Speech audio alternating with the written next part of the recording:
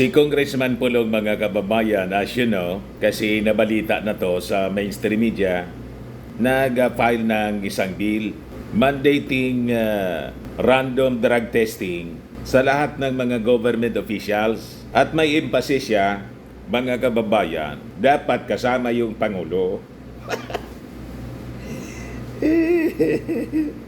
Para niya, Mr. Maravillas, alams na may politika talaga. Hindi mo maalis ang ganyang iisipin ng ating mga kababayan na ang intensyon ay siraan yung ating Pangulo. Kasi ito yung sinasabi palagi ng kanilang kampo, lalo na ng kanyang tatay at siya mismo.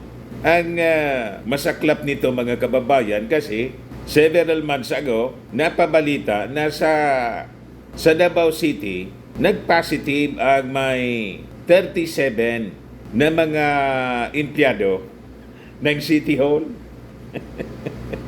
Ito yung balita, mga kababayan. Kahapon, Representative Paulo Duterte files bill mandating random testing for government officials. Ayan House Bill 10744 introduced by Representative Paulo C. Duterte. Ayan mandating an act mandating elected and appointed officials or public officers, including the President of the Republic of the Philippines, to undergo random drug testing through hair follicle. Talagang in-emphasize pong hair follicle. Ito yung demand ng mga taga-Nausog sa kanilang propaganda. Dapat niya magpa-hair follicle na yung ating Pangulo. Huwag yung ihi lang. Every 6 months, in institutionalizing voluntary random drug testing of candidates for electoral posts within 90 days prior to the election day, amending for the purpose Republic Act number 9165 or the Comprehensive Dangerous Drugs Act of 2002. Alatado niya, Mr. Maravillas, na ginamit ni Pulong yung kanyang pagiging congressman para sa propaganda ng mga taga-Nausog tungkol sa pulburon. Paano? Na ganun talaga po But anyway, nagpa-press con kanina, mga kababayan, yung mga congressmen, especially yung mga binansagang Dayang Guns in Congress. Naitanong ito ni Tina Panganiban Perez, yung reporter po ng ABS-CBN yata yon. Pakinggan natin kung ano yung reactions ng mga congressmen dito sa final, mga kababayan, na bill ni Pulong Duterte. Ayan po yung press conference by the House of Representatives. House of Representatives Press Conference, August 13, 2024. Mga batang congressmen. Yan si Davao Oriental 2nd District Congressman Honorable Chino Miguel Armario, at saka yung iba pang mga congressmen. Makikilala na lang natin dito. Pakinggan natin yung tanong. Maraming salamat po. Tina Panganiban Perez from GMA 7. GMA pala, si Tina. Question. Good morning po. Si Congressman Paulo Duterte po ay nag-file ng bill para po sa mandatory random drug testing every 6 months for all elected and appointed government officials. Tapos meron din pong provision doon for voluntary drug testing for everyone running in elections. Ano pong masasabi niyo doon? Maybe we can start with Kong Migs as Vice Chair po of the Civil Service. Si Migs, na-interview na natin siya sa Congress. Committee. Parang wala akong choice. Ako talagang inuna mo, Tina, ha? Yes po, ma'am. Well, with any legislator naman, they're welcome to file bills, right, that they deem fit. But as a legislator, I hope lahat naman tayo, as legislators kami dito, alam naman namin yung mga rules na we file, not just to file, but the intent is good, and I hope the intent for this is good. There is a Supreme Court case already that deemed unconstitutional a mandatory filing, mandatory drug testing if it's going to be deemed included as one of the qualifications for a candidate kasi yung constitution naman naglalagay nun. But sana po, no, madepensahan niya to and maganda po yung intent niya, and to defend this, you have to be able to attend the committee hearing and not pass it on to someone else. So, parang mahirapan po makapasa kasi may decision na pala yung Supreme Court na it is unconstitutional. So kung halimbawa, mga kababayan, hindi ito makapasa sa Congress on questions of constitutionality, baka i-blame na naman po ng mga propagandista ng mga taga-nausog na kasian niya bangag yung Pangulo. Huwag kayong maniniwala, mga kababayan, pa ganon. Kasi may desisyon na yung Supreme Court.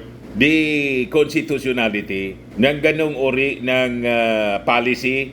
Ngayon, ang challenge dito, mga kababayan, sabi ni Migs Nograles, kay Pulong, dapat niya, siya mismo ang mag-defend nito, hindi yung ipapasa lang niya.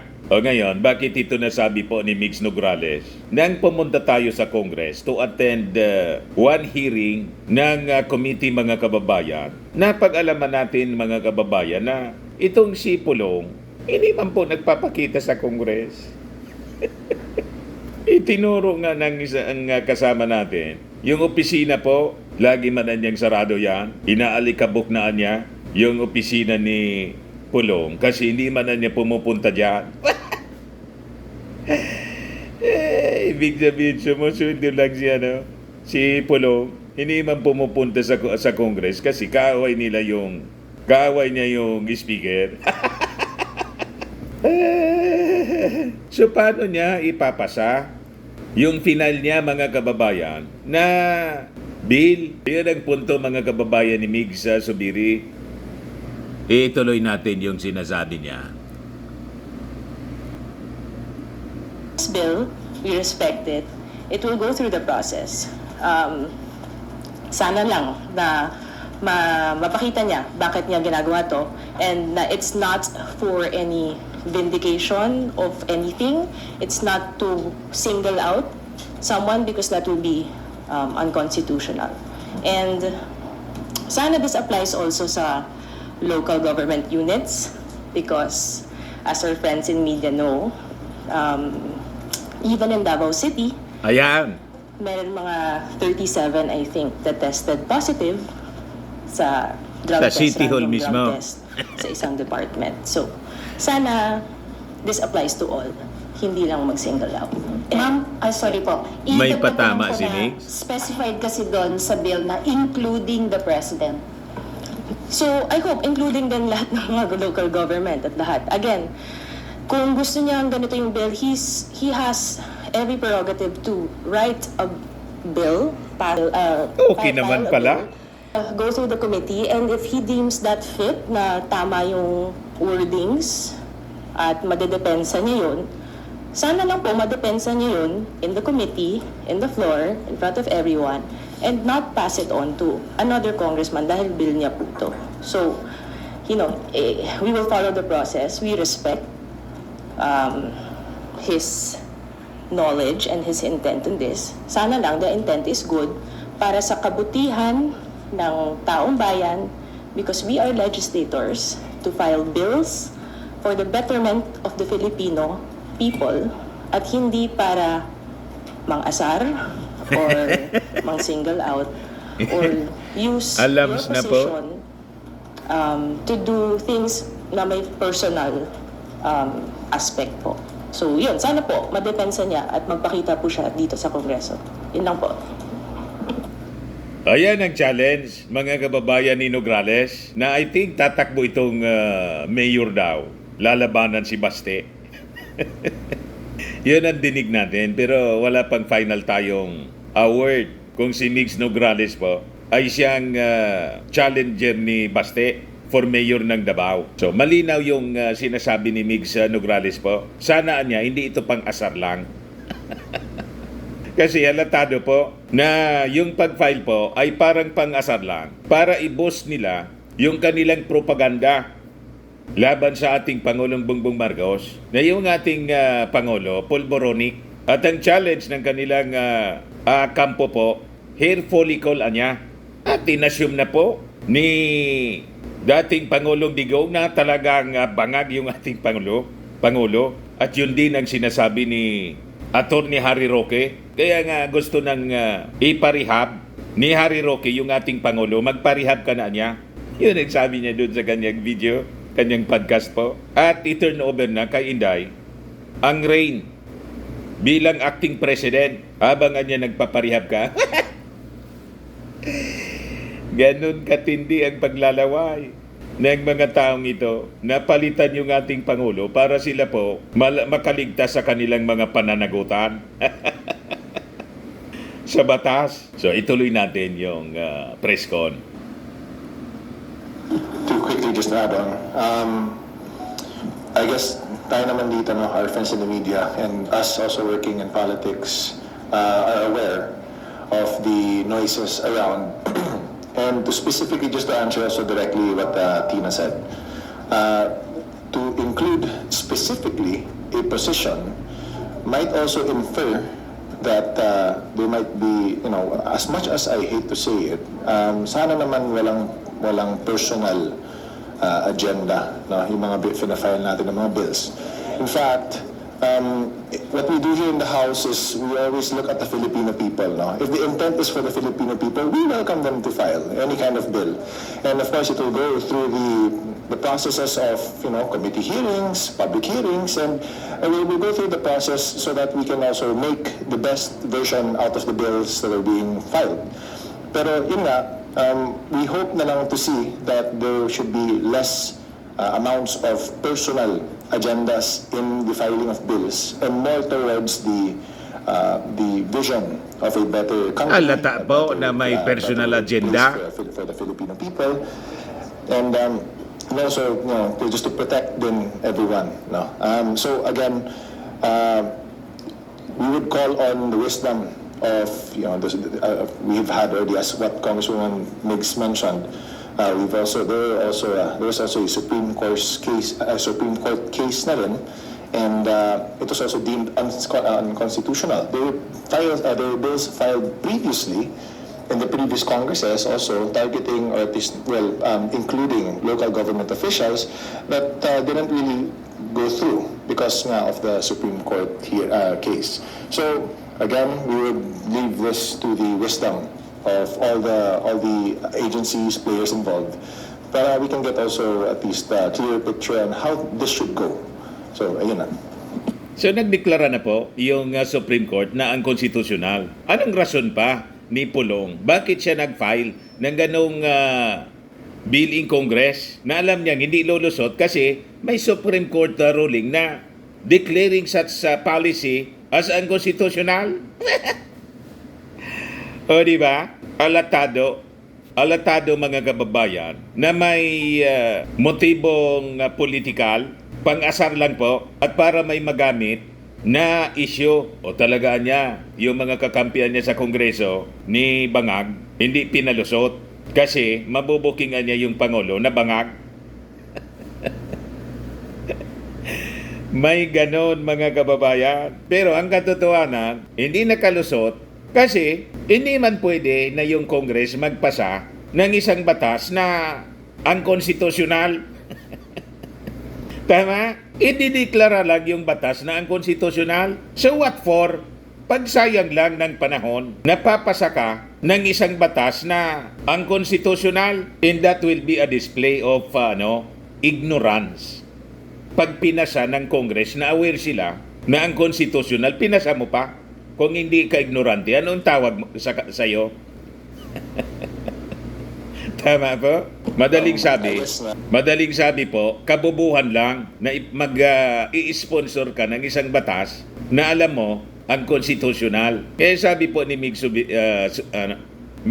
Nograles, Congresswoman Migs Nograles, dapat na siya yung magdepensa, hindi yung ipapasa lang niya sa kung sinong congressman at dapat dumaan sa proseso. Tamang proseso. Tama po yon. Ito Bicolano po ito, si Congressman Rods Gutierrez. Ito yung nakasama natin dito. Taga Legazpi siya. One Rider Party List Congressman. Yan, pakinggan natin yung sinasabi niya. Mukhang magandang magping batas. We haven't had the time yet to read specifically kung ano po yung nandun. But I think that's the challenge po talaga sa mga nag-aaral po ng batas. Alam po natin na yun nga, nabanggit ni Congresswoman Nograles na meron pong Supreme Court case already that tackled this, and actually it was deemed unconstitutional to include drug test as a mandatory step or as qualification of candidates. So we would be very much interested po siguro to see ano po talaga yung laman ng batas na ito. In what words was it couched? Would it be able to pass that constitutional Abogado din siya po. barrier from previous iterations? And I think yun po yung talagang mahirap po dito. Madali lang po mag-file ng panukalang batas, madali maglagay ng magandang explanatory note na clickbait or catchy, pero it really comes down to the quality of the legislation. And I think we're excited, hopefully, to see our esteemed colleague na mag-attend po sa hearings and defend this bill. And we'd like to see his opinions po kung paano po ito magpapasa sa committee. And we're excited to tackle it naman po. Yun na po. O, this is Congresswoman Zamora.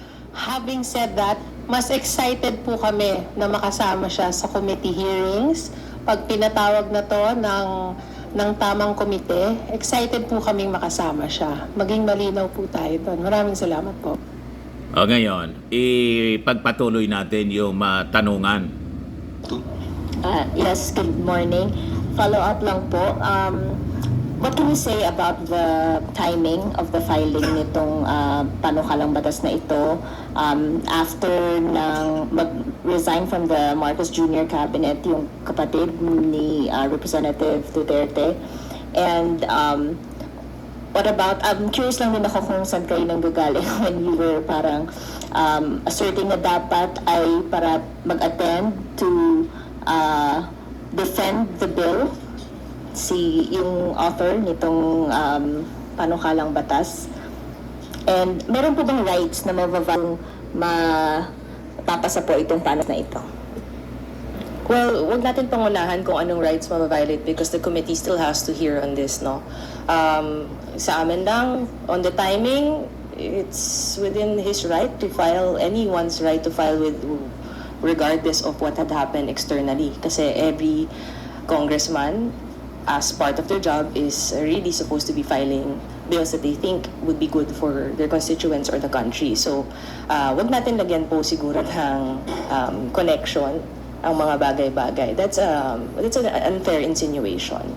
And let's listen to the committee. In any committee hearing, for any congressman, if you are the author of a bill, you really do have to show up and defend your Ayun. bill and explain why you want that bill to pass to the committee. Tama. For the committee members to pass it, and then later on in plenary, for the majority, at least majority of the House members to support your bill. So, Yes. kailangan talagang pumasok, pumunta doon, at i-depensa ang bill to the best way that a legislator can. Siguro yun lang po. Ngiti-ngiti siya na kailangan pumasok kasi laging absent si Pulong. And siguro in addition, and it's not saying much Laging in addition po absent siguro. po. Inaamag na tama yung po sabi opisina. ko, Nograles, we feel po Ang mga bagay-bagay. That's an unfair insinuation. And let's listen to the committee. In any committee hearing, for any congressman, if you are the author of a bill, you really do have to show up and defend your bill and explain why you want that bill to pass to the committee, for the committee members to pass it, and then later on in plenary, for the majority, at least majority of the House members to support your bill. So, kailangan talagang pumasok, pumunta doon at i-depensa ang bill to the best way that a legislator can. Siguro.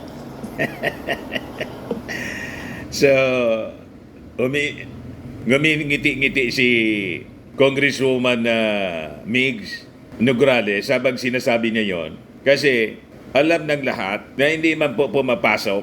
So, kailangan niyang pumasok para i-defend niya yung kanyang bill. Hindi yung ipapasa lang niya sa kanyang mga kasama. He has to defend the bill na kanyang inisponsoran. Kaya ngiti-ngiti po si Nograles. Lagi kasing absent si Pulong. Ayan o. May mali siya yung kanyang mga smiles. Di ba? Siguro in addition, and it's not saying much in addition po siguro. Tama po yung sabi ni Kong Nograles, we feel po siguro that it is not, I personally, for this representation, hindi po siguro lugar namin na mag-speculate, just to make it clear on its face, yung pagbabasa namin. Very briefly though, pero based on our reading, my reading of the explanatory note and the bill itself, I wouldn't want to speculate as to the timing or if there are any other intentions. Kasi klaro naman, wala namang nabanggit doon other than for the exigency of the service. But with that said po siguro, as mentioned, yung pag-attend po, the second part of the question po, ma'am, sorry, can we, ano po yung... Regarding the rights to violate, siguro po, we won't be able to say right away kung ano po talaga ito. We'd like to really thresh this out in the committee, pero what stands for us, at least sa amin po with the background yung sa batas, what really comes to mind when you talk about drug tests and candidates is it was struck down as unconstitutional sa Supreme Court. As much as the intention may be good and as much as we would like to have this kind of measure to ensure that our public servants are of tip-top shape and of sound mind, ang maintain po talaga ng Supreme Court ay bawal po ito. So, yun nga po, that's why we really are looking forward to Malinaw, seeing bawal. ano po kaya yung wording nito, if it would be able to pass whatever constitutional test was imposed by the Supreme Court. These are the things that we want to see. We don't want to look into the timing or intention or speculate when there is nothing there. But we'd like to see, let's walk the talk and work out the legislation po itself. Yun lang po. Madaling sabi, welcome sa kanila yung bill ni Pulong, pero kailangan dumaan sa proseso and pumasa dapat siya sa tinatawag na constitutional test. Pero kasi may Supreme Court decision na, masasabi natin, ito posisyon ko mga kababayan, malamang mabasura po. Pero ang pagbasura nito, hindi dahil po sa kaalyado sila ng ating Pangulo na ina-accuse na bangag ng mga Duterte, kundi because of the Supreme Court decision. Madaling sabi, hindi siya pumasa sa constitutional test na dapat na pagdaanan. So, yun po ang malinaw kasi sigurado pag hindi ito pumasa because it is unconstitutional, gagamitin itong propaganda ng mga Duterte laban sa ating Pangulo in against the Congress. Nagsasabuatan na niya gayo para i-protect yung Pangulo na bangag.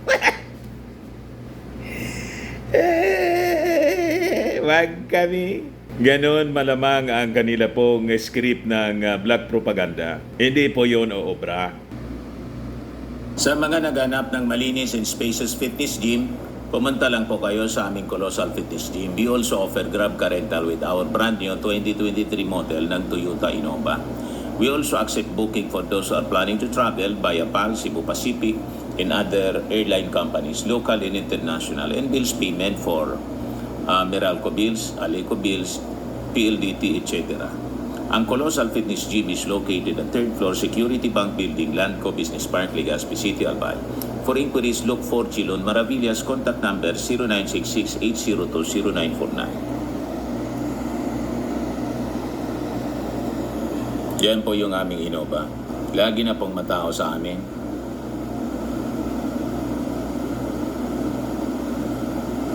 Yan mga bago naming clients. Pati mga foreigners po, British tourists po sila. Ito galing Denmark.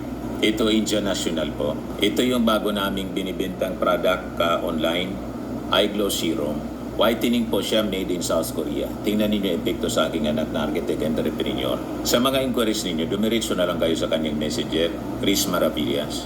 Ito naman po, Firmax Firming and Lifting Cream. Pinapahid po sa mga pulses and affected area. Mainam po sa paninigas ng mga kasukasuan, pati sa mga pains. Ito naman po, Automax Radiant Serum. Sa mukha naman yung application. Anti-aging po siya. You will look 10 years younger than your age. Sa mga cancer patients naman po, baka lang gusto ninyo itong itry. Ning siya red mixed fruit drink. Hindi man po siya gamot, food supplement siya.